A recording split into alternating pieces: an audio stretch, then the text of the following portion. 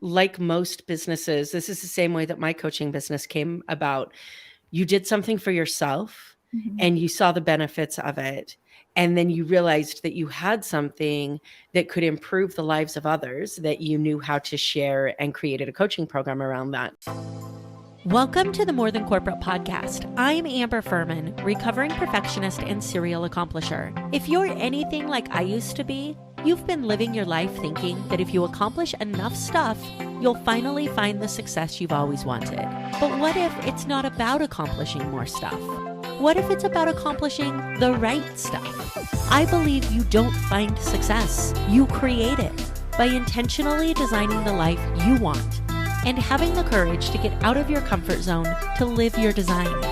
I went from doing what I was supposed to do to doing what I love to do, and now I get to help others do the same.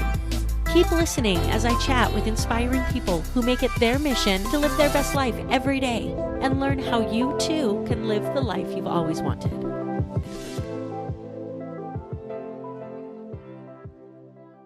Welcome back to another episode of the More Than Corporate podcast. Today, I am really excited to bring to you an absolutely amazing guest, Isabel Leong.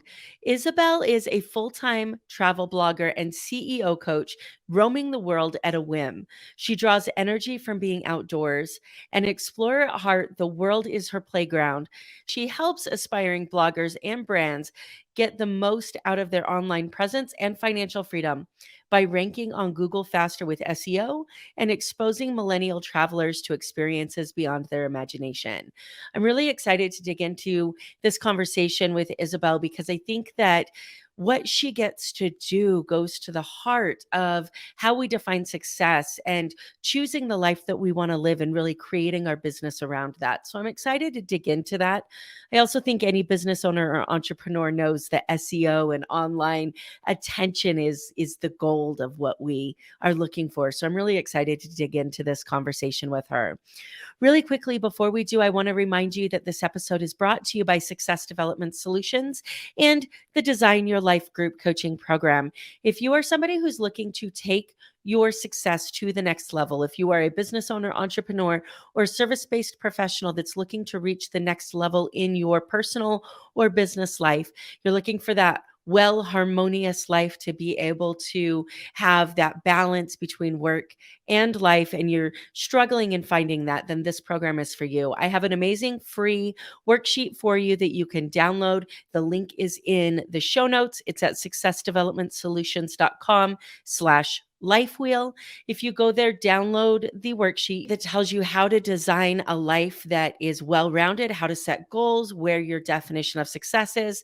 And if that hits home for you, let's schedule a call and talk about what the next steps are for you to live the life you've always wanted. With that being said, let's go ahead and jump into this conversation with Isabel. Isabel, thank you so much for joining me. I'm so excited to have you here. Hi, yeah, definitely. It's my honor. Thanks for having me on here. Oh, for sure. So I'm really curious to know, before we dig into some of the SEO stuff, was traveling something that you always wanted to do? This life where you get to pick up and travel and you're location independent, was that always a goal of yours, or when did that develop?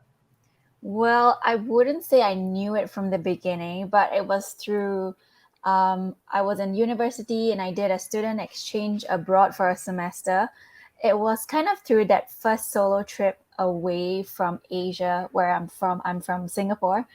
That made me discover this insatiable curiosity of the world. And also, it's also through dabbling into multiple corporate jobs in Singapore that I realized I want to do less of that and more of travel. And how old were you about in that? You said it was a study abroad. Was it like college, or you said university years, right? Yeah, I was 21 years old back then. I think it's really interesting how that desire to get out and travel and the belief that we can actually do it happens in the 20s and 30s that we have. What's really interesting to me is, and I'm curious to know what your experiences were coming from an Asian culture where I feel like the expectations for academic achievement are really high. What was the experience that you had as you said, you know what, I'm actually going to go travel? Yeah, I mean, I was really fortunate in that growing up, my parents didn't really impose very strict limitations with what I want to study. They didn't impose like expectations on a certain grade that I have to achieve.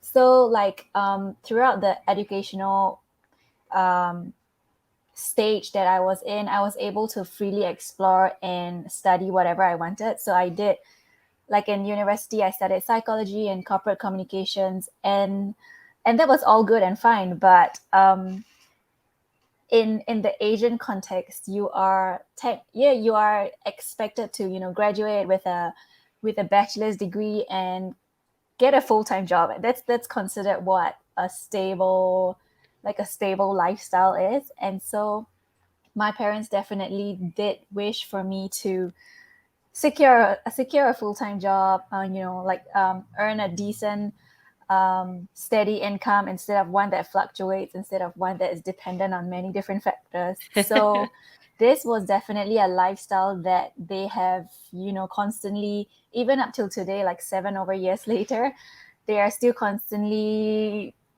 whenever there's a chance, they will be like, oh, you should come back and get a full-time job. Like they don't say it explicitly outright, but sometimes they would like put, they would, whenever there's an excuse, they would just try and, you know, whisper that in my ear.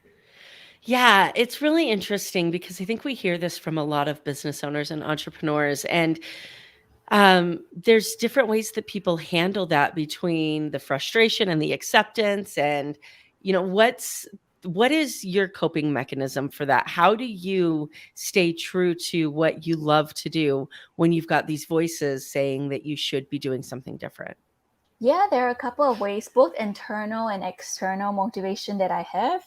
Um, to me, I really prioritize, like my whole life motto is about like, you know, carpe diem, seize the day. Because back when I was in my early 20s, I'm like, I don't want to waste my youth just slogging away. I want to prioritize happiness and well-being. I didn't want to just work 40, 50 hour week. And I really started looking at alternative lifestyle, which is the one that I'm leading now. And also, I found that it helps to surround yourself with people, or like with the lifestyle that you envision and want to live. So that really helped, rather than, you know, surrounding yourself with naysayers, which totally doesn't help. Oh my gosh, I think that that's so important. I'm glad that you said that because I think the people that we surround ourselves with are so important. And Mm-hmm. whether we have that strength to push through the people that are telling us that we should do something different. And I think what's really interesting is a lot of times those people, they love us, and their ideas that we should come back and do something that they consider safer is all out of love for Mm-hmm. us. But it's frustrating to our goals. So I'm glad that you said that. What is one of the things, because I feel like location independence is something that all entrepreneurs talk about, something that they want to have at some point in time, the freedom to be where they want, when they want to be there. What do you think one of the biggest misconceptions are about what it's like to have the ability to travel? That you have to have shit tons of money. They're always Really? worried about income or finances. Yeah. And So the other thing is also like Wi-Fi, internet connectivity. They're always worried about that. that's awesome. So you don't have to have a lot of money. The Wi-Fi and the internet connectivity, I get, like for the most part, the Hmm. world is entirely connected at this point. But the money thing, I think, stops a lot of people from doing a lot of different things that they would want to do, including traveling. What tips do you have for somebody who wants to travel and isn't doing so because of money, because Yeah. of their perception of money? Yeah. For the most part, a lot of them, they're like, they're kind of in a fixed mindset where it's going to be more expensive living overseas than in my current situation, which for the most part, like most of the time, that can be pretty untrue. I have been able to live in Mexico for under $1,000 a month, including rent and food.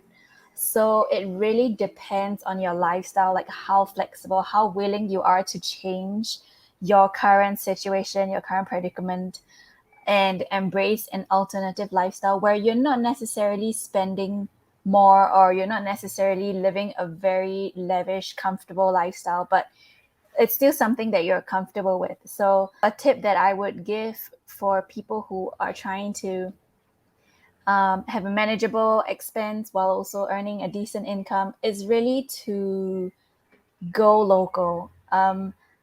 One of the biggest expense is accommodation, and so like if you were to just book an Airbnb on the website, it can cost a lot because it's more tailored towards frequent travelers or travelers who are just doing a few day trips. But sometimes I've found that going directly to the locals, to the people who own the houses, to rent longer term stays like a month or 3 months or 6 months at a time is way, way, way cheaper than just going to Airbnb and booking like 3 months, a 3 month stay over there. That's really, really good advice. So for your SEO and web marketing background, where did that come from? Was your university classes in any type of business management or marketing, or how did you find the SEO world? Yeah, so I studied psychology, zero relevance to whatever I'm doing now.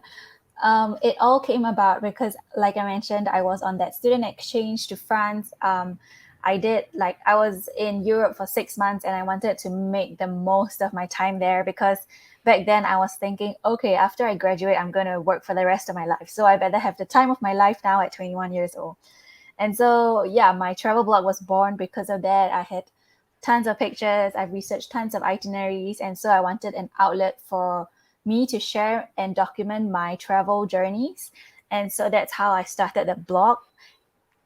And initially, it was all just a hobby blog. I never had, well, I always wished that I could do it full time, but back then, there weren't many successful case studies or real life examples. People who did that, they're usually in more developed, more affluent countries like the US, or people who have like already traveled all their lives.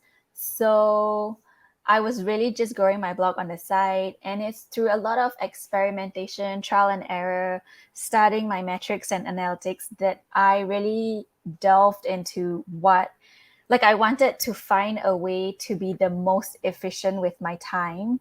And so it's not just about churning articles over and over and over and over again, but really looking at what resonates with my audience, what is appearing on Google search. And it's also not about churning content on social media as well, because with social media, it's always you always have, it's a very active source of content creation where you always have to create new content.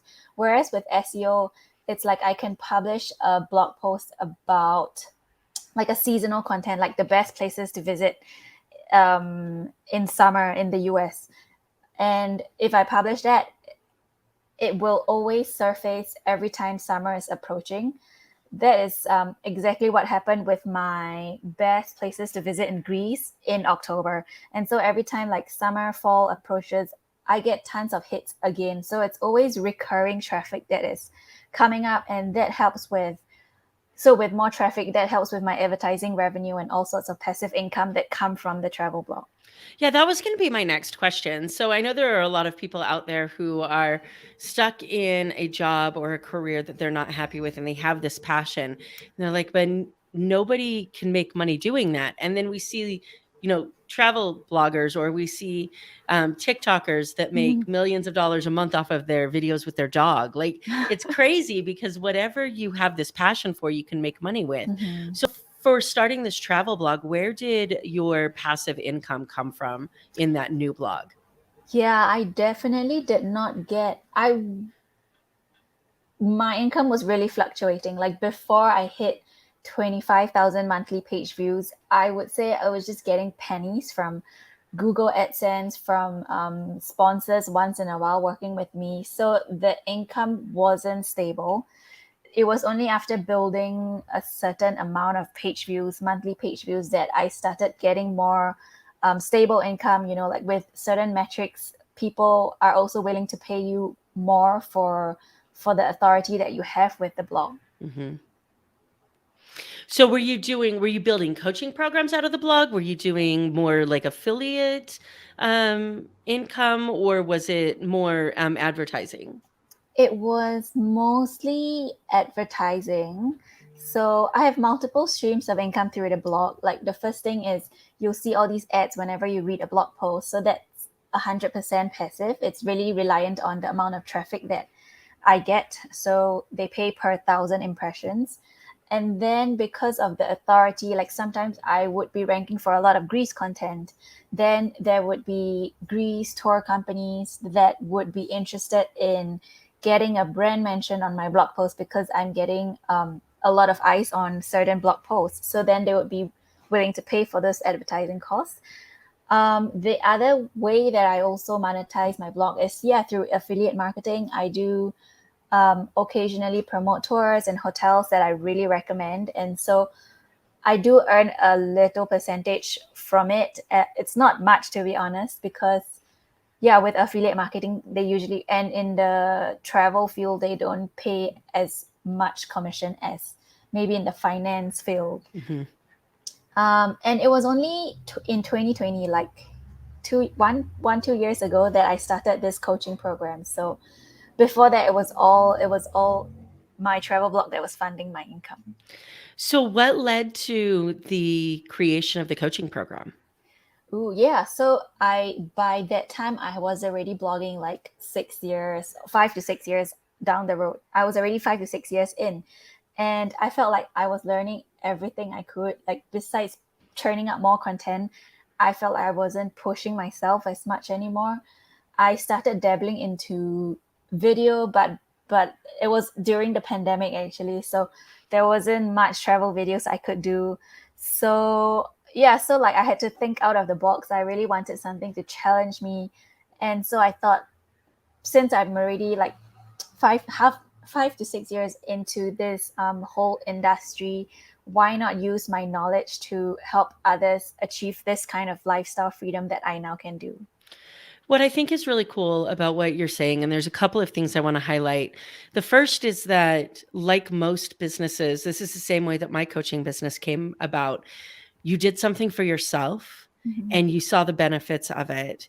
And then you realized that you had something that could improve the lives of others that you knew how to share and created a coaching program around that. And I think that that's really important because people oftentimes are saying, what can I learn? What else can I learn? What other certifications can I get? What schooling can I go to? When what they should be asking themselves is, what do I already know how to do that other people also want to know how to do that I can teach them? And I think that that's really cool that you picked up on that. Yeah, exactly. And also because, I mean, SEO does not just apply to blogging. It applies to any business out there that is, that has a website they want to rank on Google without necessarily always paying for ads. And it's a really in demand skill that's really useful for any online owners, business owners, or content creators out there. Yeah, and that leads into my second point, which is, and then my knowledge of SEO is just above non-existent. So this will be a fun conversation. But from what I know of it, it's not a short-term solution. It Mm-hmm. takes time to get your page to rank. And you mentioned before that you were 5 to 6 years into this journey, and then you created your coaching program, which is my point is that people give up on things so quickly, whether it's a change in a career that they want to have, or whether it's learning a new skill, or whether it's starting a new business. They give up so quickly. You just said you were 5 to 6 years into learning when you decided to start your coaching practice. I was 2.5 years into podcasting before my coaching practice Wow. came up. So it takes time. About how long should people expect before they start to see SEO on their site really taking off?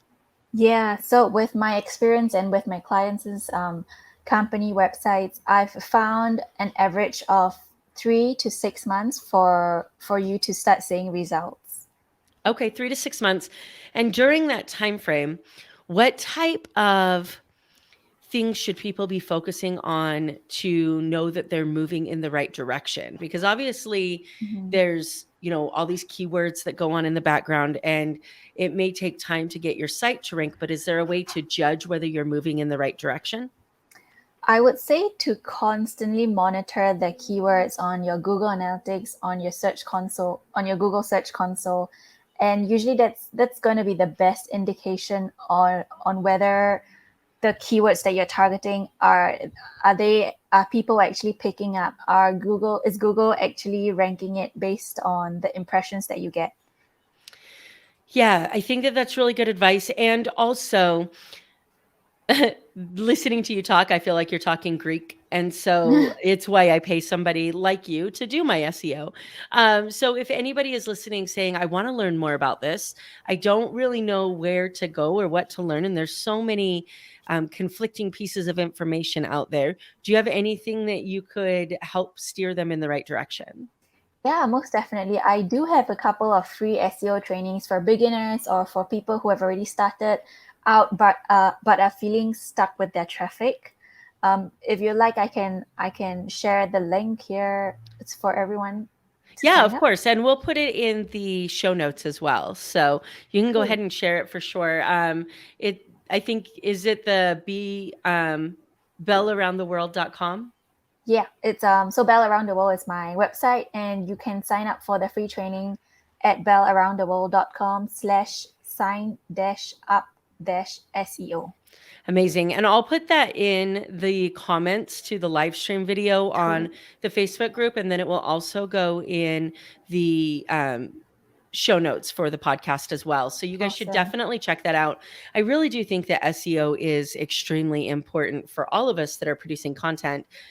And it's really interesting to me because, like most businesses, it's a piece of the marketing puzzle, right? Mm-hmm. So I made this huge mistake for 2.5 years creating my podcast with really no SEO. I have a YouTube channel with 2 years of content on that I've never really marketed or done anything with. And I started working with this marketing agency and realized that I had this gold mine of content. And so I was like, I'm not getting any traction. And they said, well, of course you're not. Like, do you think people are just going to like guess where you're at? Like, you got to show them. So I feel like there's a ton of people that are doing really cool things out there and nobody's ever going to find it because they don't know how to be known. They don't know how to be seen.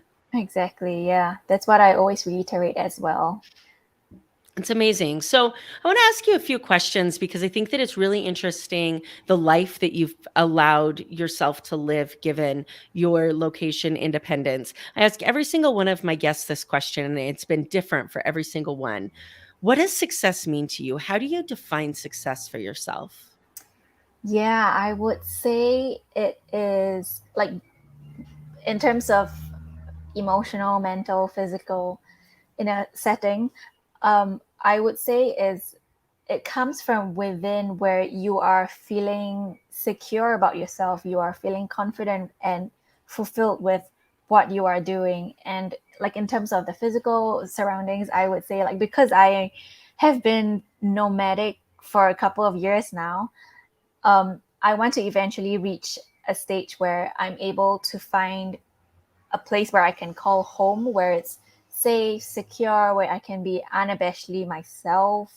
I can be, unapologetically myself. And I think success it's really reaching this level of attainment where you are just simply so satisfied and content with yourself that you're not second guessing yourself and constantly beating yourself up.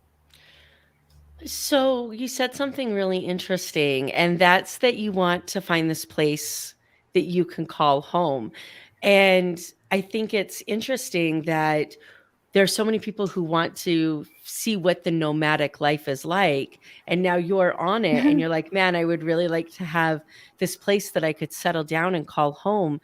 At what point for you did that desire to have a stable place that you could always come back to start to Mhm. kick in?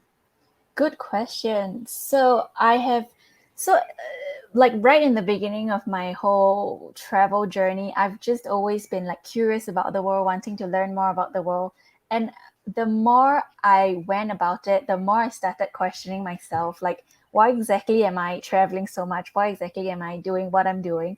And when I really dug deep into this question, I realized that I really wanted to find a place. Like, it doesn't necessarily have to be, where I'm from in Singapore, but like I really wanted to find a place where I can really call, like where I can really be myself in. And it doesn't have to be a physical place even. Like, it could be with people that I surround myself with. And yeah, and so I guess part of the reason why I am still on the map is because I am eventually looking to find myself at this place. I feel like there are so many people who are in that same position that they don't have the awareness yet to express it the way that you just did. And I think what it shows up as is a constant relocation of Mhm. all the things in your life, not just your physical location. People who change jobs a lot, people Mhm. um, who leave a relationship, people who bounce from different types of circles. I know that for me, that describes so much of who I used to be. I did a podcast episode on this recently that I was so involved in so many different things because if I slowed down, I had to be alone with myself and I didn't really know who I was. And so I would just stay busy. And I think it's really interesting that you said that you're traveling looking for that place where you feel like you can just be yourself unapologetically. And I think that's really cool. Yeah, I feel like also the whole time growing up, I was always searching for something that I could resonate with, whether it's something I like to study or whether it's a job I like. And eventually, like I turned to this path of travel blogging, which is something that I resonate with, like something that I really get excited waking up to every day. But yeah, in terms of like location stability wise, I am still on the mend. I'm still on my path of finding that like one place that, well, technically it doesn't have to be one place, but like just that feeling of security and home. Yeah, absolutely. So for you, that place of security and home, what qualities does that place possess for you? It definitely is going to be somewhere where I can be 100% myself, like unapologetically myself. Growing up in Singapore, we usually live with our parents until we are married, and then we get a place with our spouse, and then so this is also one of the reasons why I'm on the road. Like, I feel like I have to discover myself. Like, I wanted to build my own identity outside of external external influences. And so I found that with travel, it really helps with building my character, building my identity, and helping me discover, like, within me and around me, what exactly I am and what exactly I want. Yeah, I think that's so true. I love traveling alone. And Mhm. I think it's just so cool to go experience people and things and places. What's interesting is I find that I have deeper conversations with people I don't know when I travel alone Exactly. than I do when I travel with people. Yeah, it's strange, isn't it? Like, with strangers, you can connect more with them sometimes. Yeah. Well, and I think it's really interesting because when somebody sees you with a group of people, they don't necessarily want to interject themselves into a group of people. But when somebody sees you alone, it's easier to Mhm. approach and start conversation. And for a long time, I used to be that person that was completely closed off. So when I would travel, I was traveling for a purpose. I wouldn't start conversations in an airport. Like, I don't know you. Why would I talk to you? What do I have to gain from this? And it got really beautiful in relationships and life when I started saying, you know what, this person, whether they're in my life for 10, 15 minutes or 4 hours or 4 weeks, they have something to offer me. That's why our paths crossed and starting those conversations. And that's why I love traveling alone is because you meet the most amazing people Mhm. and have like some of the most life-changing conversations I've had have been in an airport with somebody I've never seen again. Yeah, it's all the spontaneity and really unexpected circumstances. Absolutely. So, what's next for you? You have the SEO course, you have the coaching program that you're building, you're still doing the travel blogging. What's next on the horizon for you as far as what you want to try in the future? Yeah, I am definitely wanting to scale this coaching program. I feel like I'm still such a beginner in this whole coaching world, so I definitely want to scale, um, possibly create a mastermind sometime in the future. I'm also ramping up my travel vlogs, like my videos, and so I'm trying to get better at video taking, trying to get better at being in front of the camera. All this is very new to me, but it's really exciting, and I love challenges. That's amazing. If there was a piece of advice that you had for somebody who wanted to be able to really let go of societal expectations to live a life that they want to have. Like, I really feel like that defines what you're doing right now, coming from a country that has, or a culture, not a country, but a culture that has so many expectations about what you should be and what you should do. You're defying those traveling and um, living the amazing life you have. What advice do you have for somebody who wants to do the same?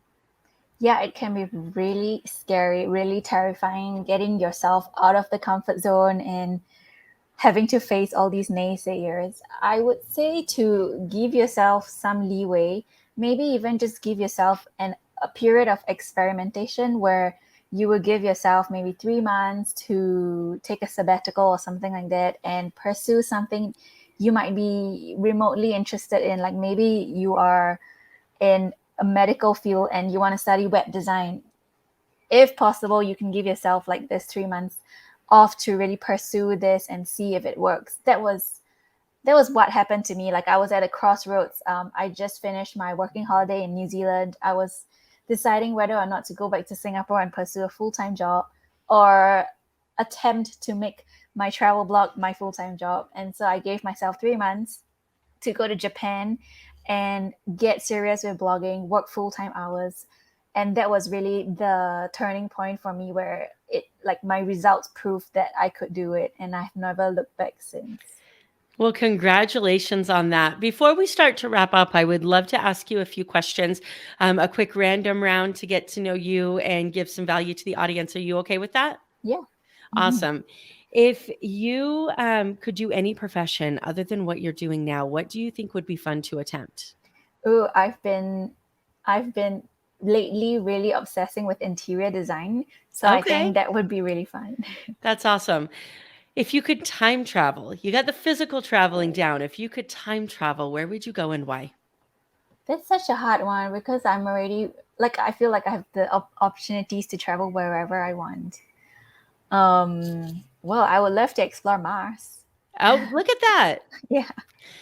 Do you have a book or a resource that you feel like every business owner or entrepreneur should read to be able to live the life that they want to live? Yeah, if you are interested in pursuing more lifestyle independence, then I would highly suggest The 4 Hour Work Week by Tim Ferriss. Yeah, it's such a great book. Yeah. And my last question, because I'm absolutely a music nerd, what's your pump up song? What do you listen to when you need to have a good day? Ooh, American authors. Oh, I'm Born to Run. Oh, okay. Yeah, it's a classic. It's a classic, like motivational song. I'll have to check that out. That sounds I'm really, really Born to cool. And I Run. do like American authors. They're a great band. Yeah. Isabel, I want to say thank you so much for coming on the show. I think that what you're doing, helping people understand SEO better, is so needed. Lord knows I need it. So I think that it's going to be so amazing as you help the people who have these wonderful, beautiful talents that have not figured out how to get seen yet, to be able to help them really be able to grow their passions. And so I wish you the best of success with that. And I just wanted to say thank you for coming on the show. Thank you for having me. It's been fun. Thank you so much for listening to this episode of the More Than Corporate podcast. If anything that was said during this episode resonated with you or provided value in any way, it would mean the world to me if you would head over to iTunes and leave a rating and review for the More Than Corporate podcast. Thank you so much for taking the time to do that. I'm really looking forward to connecting with you. If you'd also like to connect, I've created a Facebook group that is full of amazing people who also make it their mission to live their best life every single day. If that sounds like something that you're interested in, the name of that Facebook group is Success Center. Head over there, request to join, and I look forward to connecting with you soon.